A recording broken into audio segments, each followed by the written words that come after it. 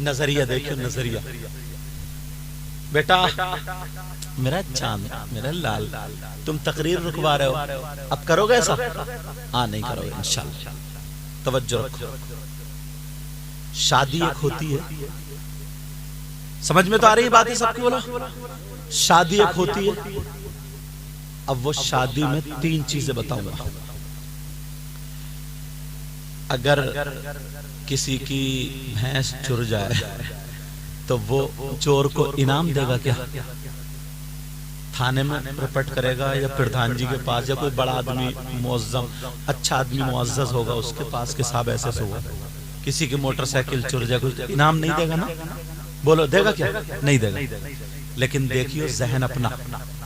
شادی ہوتی ہے, دولہا میاں بنتے ہیں, سسرال جاتے ہیں, پھر ان کے جوتے چرتے ہیں.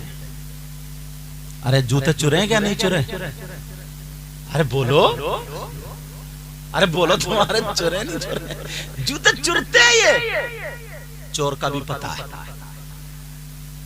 تم نے تھانے کو فون کیا, پکڑوایا چور کو پولیس سے, چھوٹا سالہ یا سالی چرا کے لے جا. اب پھر چوری کی چوری, اوپر سے سینہ زوری. اب وہ کہتا ہے جوتے دو کہ 10,000 لے لو. یہی ہے نا؟ اب دولہا میاں بولے 10 نہیں 8 لے لو. کس کو انعام دے رہے ہیں؟ چور کو. چور کو دیا جا رہا ہے, انعام نہیں دیا جا رہا. کتنے بولو؟ 8 لے لو. اب ان دونوں میں جھگڑا, بولے گا نہیں 10 یہ ورگا 8, وہ کہہ رہے 10 8. اتنے میں 1-2 بزرگ آ گئے, عمر دراز لوگ. بولے کیا بات ہے بچوں؟ بولے صاحب ایسے ایسے بات. تو انہوں نے فیصلہ کر دیا ایسا کرو 9 پہ بات نپٹاؤ, چلو ختم کرو, دے دو. اور چلتے چلتے بولے یہ تو ان کا حق ہے, دیو. بولو حق ہے نہیں؟ اب ان چچا میاں سے پوچھو چور کا حق جانتے ہو کیا؟ تم نے کہہ تو دیا کہ حق ہے, دیو نپٹاؤ. بڑی آرام سے تم پردھان بن گئے. ذرا سوچنے کی بات ہے یار, کتنا اطمینان سے پردھان بنے, فیصلہ کر دیا. بولے 9,000 دو, یہ تو ان کا حق ہے. قرآن سے پوچھو چور کا حق کیا؟ قرآن کہتا ہے السارق والسارقۃ فاقطعوا ایدیہما, چور چورنی دونوں کے ہاتھ کاٹو. اب قرآن کی مانو گے چچا میاں کی؟ مانی کس کی جا رہی ہے؟ قرآن کہاں چلا گیا؟ طاق میں. تو یہ بھی پتہ نہیں حق کیا ہے. چلو 9,000. اتنے میں دولہا میاں کے ابا آ گئے. بولے کیا بات ہے؟ بولے ایسے جھگڑا تھا میں نے فیصلہ. بولے نہیں, بیٹے کی خوشی کا دن ہے, 1 روپیہ کم نہیں کروں گا. جیب سے پورے 10,000 نکال دے, جاؤ بیٹے کی خوشی ہے, شادی کر رہے ہو, شانتے دل سے کر رہے ہو, کرو. 10,000 دے دی. چلو ٹھیک ہے. کسے دیے؟ چور کو. ایک حج کا ثواب ملا ہوگا, بولو نا. نماز کا ثواب ملا ہوگا. یہ تکوت کے بولے خوشی خوشی خوشی. یہی خوشی نے تو برباد کرا. جو آتش بازیاں پھوٹ رہی ہیں, جو بینڈ باجے بج رہے ہیں, اب جھگڑے چل رہے ہیں. لیکن سنو, اب دوسرا نمبر آیا, دلہن کو بٹھالا. دلہن کو بٹھالا, اس میں کار وغیرہ جو بھی پھولوں سے جو جاتی. اتنے بچوں نے پھر گھیر لی, ہمارا حق دو. تم نے کبھی فون کیا کہ صاحب میری کار اگروادیوں نے گھیر لی؟ تھانے کو فون کیا کہ نہیں؟ یہاں بھی یہی بات اٹک گئی. 8-10 کی. پھر چچا میاں آئے, وہی 9 پہ. پھر ابا آئے, بولے نہیں 1 پیسہ کم نہیں, بیٹی کی خوشی کا دن. ارے جاؤ موج کرو. ڈکیتوں کو دے دی 10,000 روپے. اب آ گیا نکاح کا نمبر. امام صاحب نے نکاح پڑھا دیا. امام صاحب تم بولو. امام صاحب بولے 10,000. امام صاحب کے نام سے یہ پھوٹ گیا. لگ رہا ہے امام صاحب بھی آج جلال میں بیٹھے ہیں. یہ میرے اسٹاف کے نا, تو اس لیے میں انہی سے ہنس لیا. لیکن سنو, امام صاحب بولے 10,000. اب جب اتنا کیا تو ابا کی خوشی میں آگ لگ گئی. ابا بولا 10,000. ارے کسی کے نکاح میں چل رہا ہے 10,000. دماغ خراب ہے کیا امام کا؟ صدر صاحب کو بلاؤ, کیسے امام, نکالو ان کو بھی. سیکریٹری صاحب کو بلا, ہٹاؤ ان کو.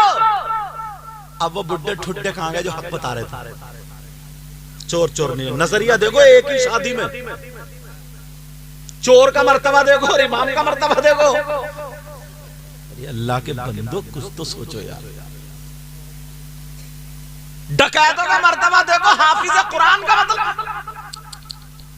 یار میں تو مقابلہ بھی کرنا نہیں چاہ رہا, دل دکھ رہا میرا. ابا برس پڑا, بولے امام کا دماغ خراب ہے, نکالو. صدر صاحب ڈر گئے, یار میری صدارت ہے چھوٹی. بولے ہاں امام صاحب تم اپنا بستر مان دو, ہم دوسرے کا انتظام کر لیں, چلو ہٹو جاؤ. یہ بھی ختم. کب تک نکالتے رہو؟ کون پڑھائے گا پھر اپنے بچوں کو؟ کون بنائے گا بچوں کو امام؟ ایک دن دکھیارا ہو جائے گا, 3. اسی وجہ سے لوگوں نے پڑھانا چھوڑ دیا اپنے بچوں کو. اب کہاں گئے وہ بزرگ جس امام کو دینے میں ثواب ہے؟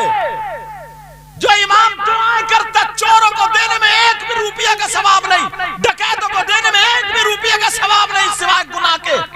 اگر دینا تھا تو 5,000 روپے دولہا کے نام سے صدقہ کر دیتے, تاکہ نبی فرماتے ہیں کہ صدقہ بلاؤں کو ٹال دیتا.